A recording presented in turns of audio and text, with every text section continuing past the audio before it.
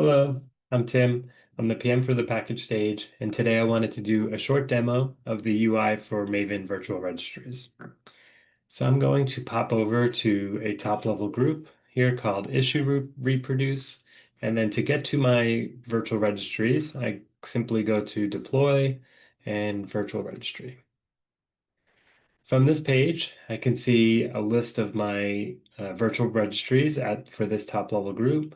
I can create a new registry, and I can also see that the feature is in beta uh, and is currently behind a feature flag, but that feature flag will be enabled by default in 18.5 and included for self-managed and dedicated customers as well.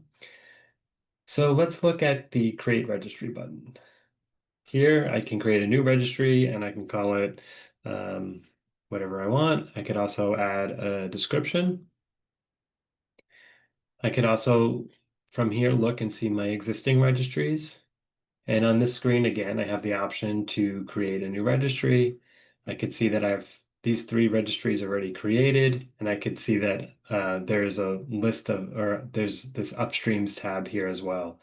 Let's start by looking at my existing registry, Tim's registry.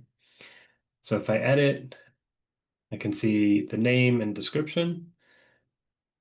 If I click on it, I can see the list of configured upstreams for this virtual registry. So the way that this works is when you use the Maven virtual registry and you download a package, it will resolve the package in this order. So first it will look in the cache. If it's not found in the cache, it'll then look in this locally hosted repository.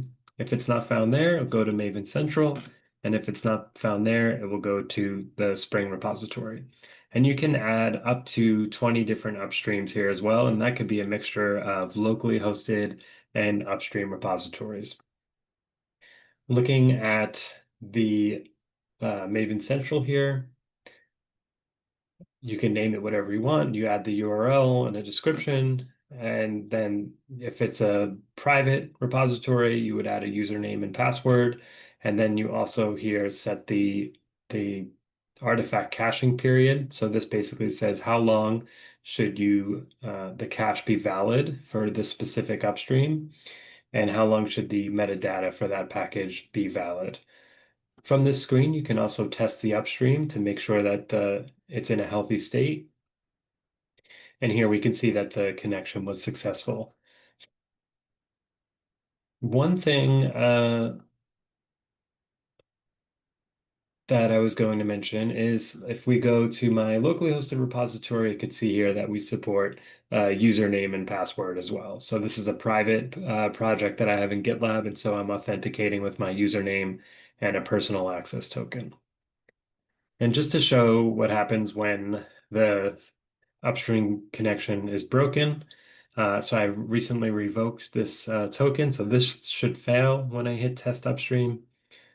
And yeah, it says failed to connect. So this to me tells me that I need to update my auth.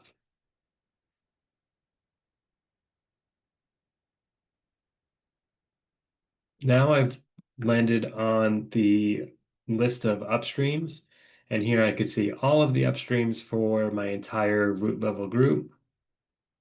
And I can go in, I can edit any individual one.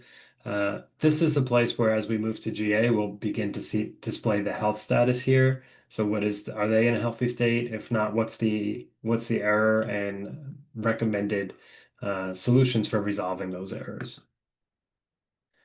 One last thing I wanted to show is for each given upstream, you can click on it and you can see a list of items that have been added to the cache.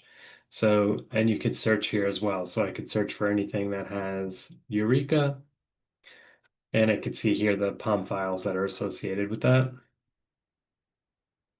And